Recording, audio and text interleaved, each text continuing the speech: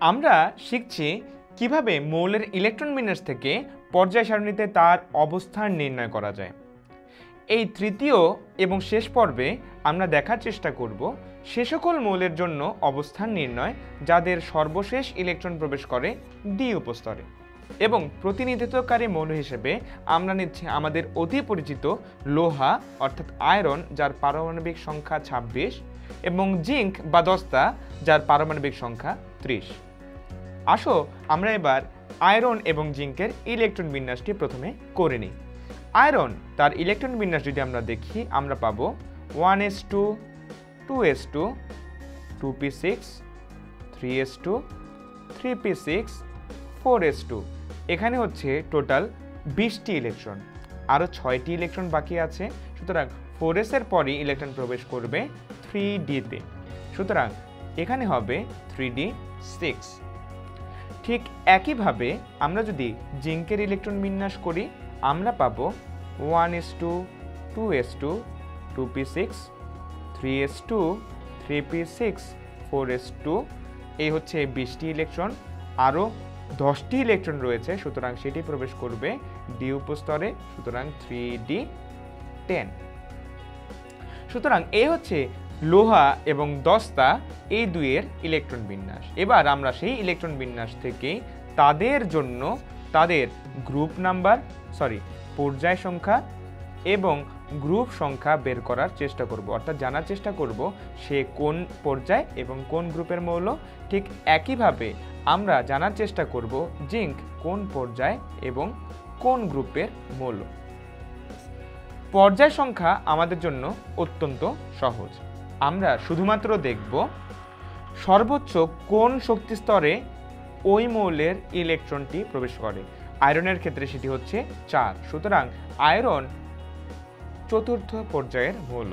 ঠিক একইভাবে জিঙ্কের ক্ষেত্রেও চতুর্থ পর্যায়ে সর্বোচ্চ ইলেকট্রনটি প্রবেশ করে, অর্থাৎ সর্বোচ্চ চতুর্থ শক্তি স্তরেই ইলেকট্রন প্রবেশ করে। তাই আমরা বলবো জিঙ্ক এর পর্যায়ও হচ্ছে চতুর্থ। যখন আমরা এদের ক্ষেত্রে, অর্থাৎ যে সকল মৌলের সর্বশেষ ইলেকট্রন ডি উপস্তরে প্রবেশ করে, তাদের গ্রুপ নাম্বার দেখতে যাব, তখন আমাদেরকে খেয়াল রাখতে হবে এই ক্ষেত্রে আমরা কাদের, অর্থাৎ কোন কোন ইলেকট্রন এর যোগফল নিব। মনে রাখতে হবে যখন আমরা দেখব ডি উপস্তরে সর্বশেষ ইলেকট্রন প্রবেশ করে, তখন আমরা শুধুমাত্র ওই ডি উপস্তরের ইলেকট্রনকেই যোগ করব না, বরং তার পরবর্তী যে শক্তি স্তর, চতুর্থ শক্তি স্তর, সেখানে যতগুলো ইলেকট্রন আছে তাকেও যোগ করব। অর্থাৎ আয়রন এর সর্বশেষ ইলেকট্রন যেহেতু ডি উপস্তরে প্রবেশ করে, তাই আমরা এই ডি উপস্তরের 6টি ইলেকট্রনকে নিব এবং তার সাথে তার পরবর্তী পর্যায়ে, অর্থাৎ চতুর্থ পর্যায়ের যে 2টি ইলেকট্রন আছে তাকেও যোগ করব। অর্থাৎ যোগফল হবে 6 যোগ 2। এই যোগফলই হচ্ছে ওই মৌলটির গ্রুপ সংখ্যা। অর্থাৎ লোহা হচ্ছে পর্যায় 4 এবং গ্রুপ 8-এর মৌল। এবং ঠিক একইভাবে আমরা যদি জিঙ্কের জন্য তার গ্রুপ নাম্বার বের করতে চাই, তাহলে অবশ্যই আমাকে সেই ডি উপস্তরের 10টি ইলেকট্রনকে নিতে হবে এবং তার সাথে যোগ করতে হবে এই শক্তি স্তরের পরবর্তী শক্তি স্তর, অর্থাৎ চতুর্থ পর্যায়ে যে 2টি ইলেকট্রন আছে তাকে। অর্থাৎ 10 যোগ 2, 10 যোগ 2 ইকুয়ালস টু 12। এই সংখ্যাটি হচ্ছে জিঙ্কের গ্রুপ নাম্বার। সুতরাং লোহা হচ্ছে পর্যায় সারণীতে পর্যায়ে 4 এবং গ্রুপ 8-এর মৌল। ঠিক একইভাবে জিঙ্ক হচ্ছে পর্যায় সারণীতে পর্যায়ে 4 এবং গ্রুপ 12-এর মৌল। আমরা যদি পর্যায় সারণীটি আরেকবার দেখি, আমরা এই বিষয়টি পাব।